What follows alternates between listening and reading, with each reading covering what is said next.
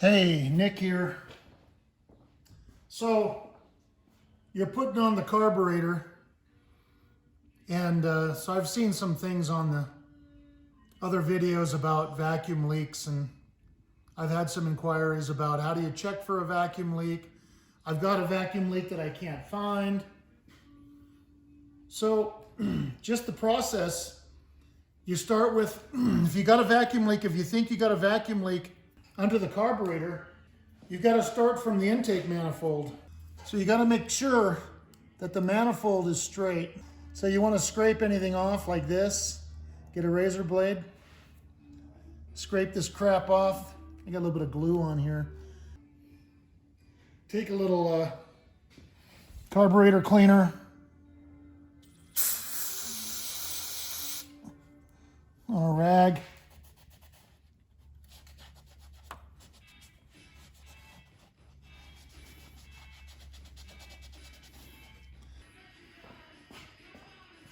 Take the razor blade, go over it. You can feel if it's smooth.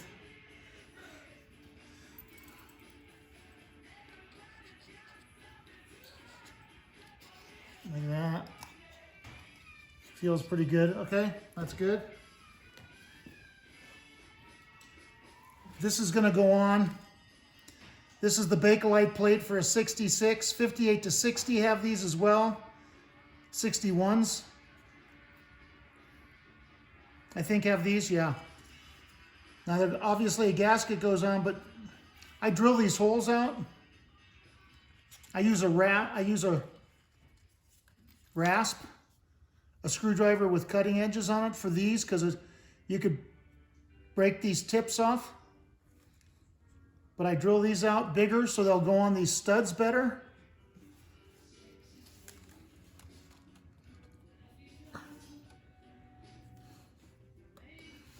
You got to put them on evenly.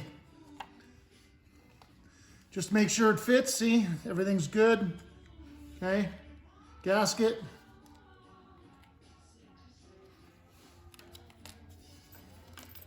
Always make sure the gasket's the right fit. See, right fit.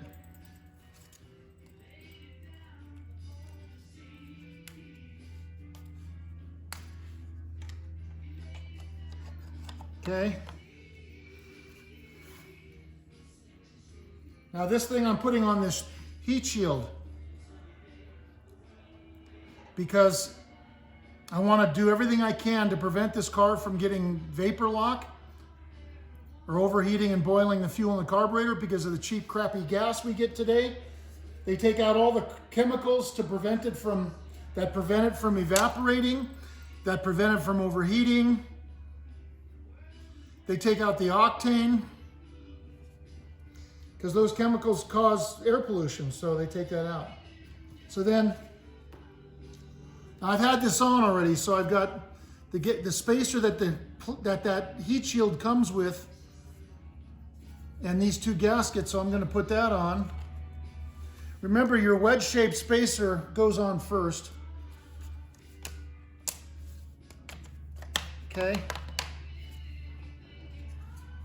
Then this. I had to cut it out here, see, to fit. Hi, kitty. Just a couple, I just nipped a couple pieces off of it, nothing big. This really helps, and I know that for a fact.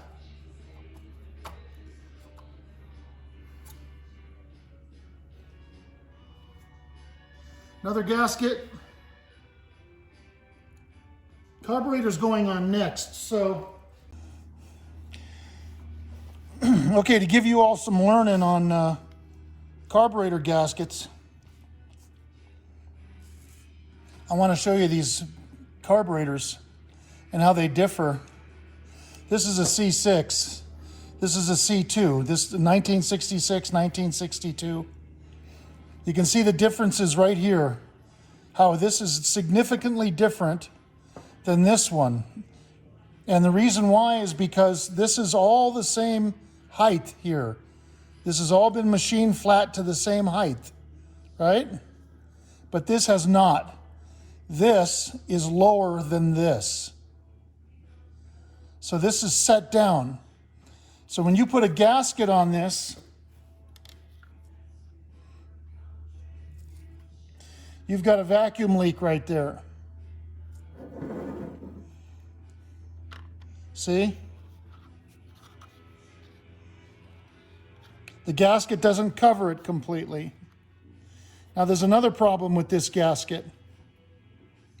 I've got all the holes lined up perfectly. All the screw holes. And look at this, how it's open.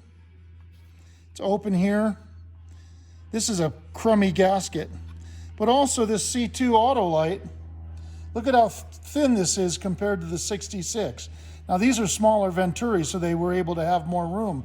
But still, this is the wrong gasket. It does not cover this properly. So this is a huge vacuum leak that you would never see if you did not look at your gaskets. So whenever you do a carburetor, if you have a vacuum leak you can't see, can't find, you have to turn your carburetor over and you have to make sure these gaskets, they fit. Now this gasket,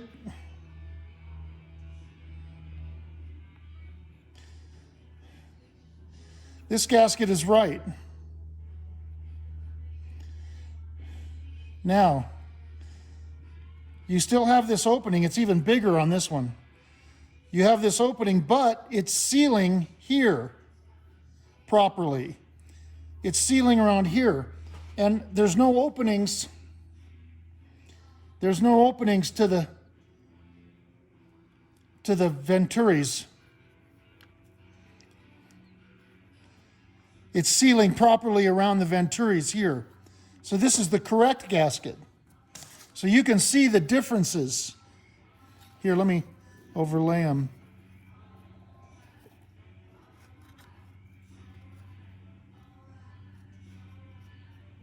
Look at that. So you have to look for that. These gaskets, this would clearly not work. If you put one of these gaskets on here, this would be a massive vacuum leak. Okay? Even on this one, well, this one wouldn't matter because this would work on this, but this is the wrong gasket anyhow. Now, on this particular car, I've got that spacer plate, and the spacer plate is open. That heat shield, I mean, it's open like that. So to put a gasket on, to put a gasket on like this, but you have an opening like that, that doesn't work. Because then this is just flapping in the wind in the middle. But I'm putting a Holly on it anyway. I've got a Holly right here. This is the Holly going on. That's aluminum Holly. And this is the gasket I'm going to use.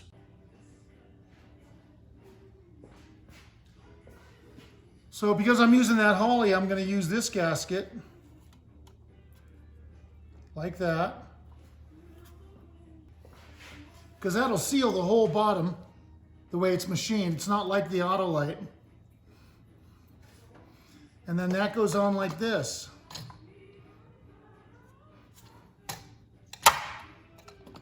So I've checked every gasket. I've checked all the surfaces. The spacer plate is good, the wedge-shaped spacer plate. The gasket for this, it was kind of a spacer with a gasket on each side. That was all good. This gasket I put on under here, under the carburetor, was good. The surfaces of the carburetor are good. I know I'm not going to have any vacuum leaks there.